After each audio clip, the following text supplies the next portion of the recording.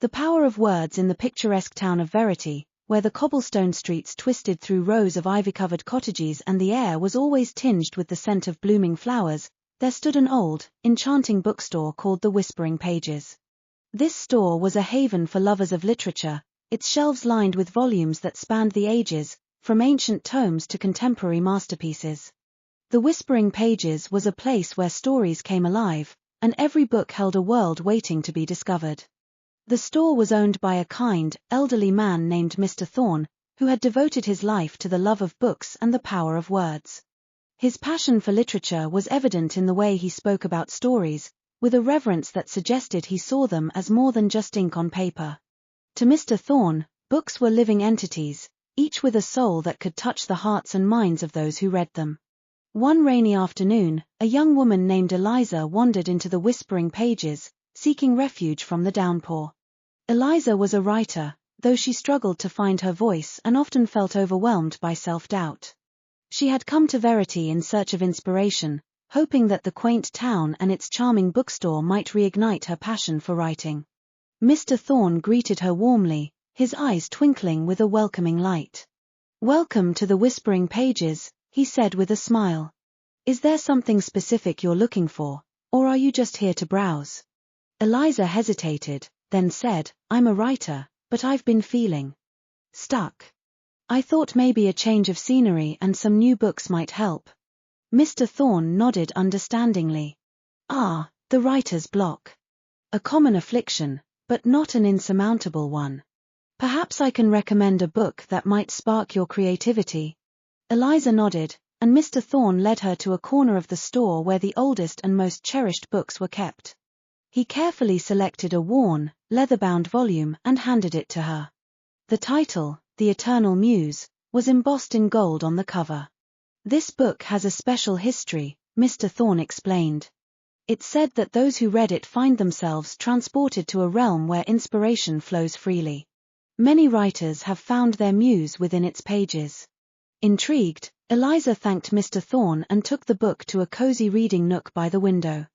As she opened the cover, a faint whisper seemed to emanate from the pages, like a distant echo of voices long past. She began to read, and the words seemed to leap off the page, painting vivid images in her mind. The story within the Eternal Muse was about a young poet named Lyra, who lived in a land where words held magical power.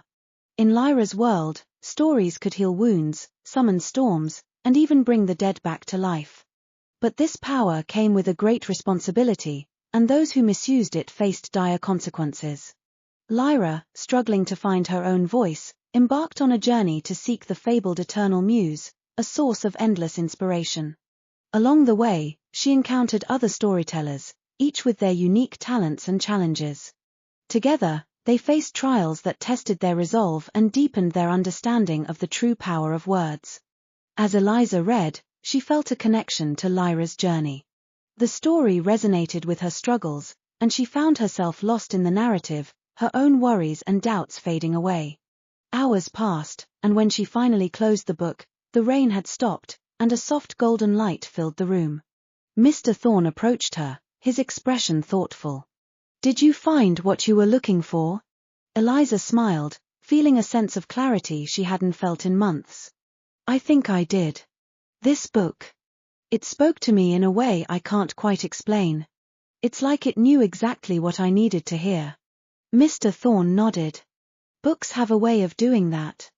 They speak to our souls, remind us of our potential, and connect us to something greater than ourselves. I'm glad you found it helpful." Over the next few weeks, Eliza returned to the Whispering Pages every day, reading voraciously and immersing herself in the world of literature. She found inspiration in the stories of others, each book a new adventure that fueled her creativity. Gradually, she began to write again, her words flowing with a newfound confidence and passion. One evening, as the sun set behind the hills and cast a warm glow over the town, Eliza approached Mr. Thorne with a manuscript in hand. "I've finished my story," she said, her voice tinged with both excitement and nervousness. "I wanted you to be the first to read it." Mr. Thorne accepted the manuscript with a smile. "It would be an honor." He sat down and began to read, his eyes scanning the pages with an intensity that showed his deep appreciation for the written word. As he read, a look of satisfaction and pride crossed his face.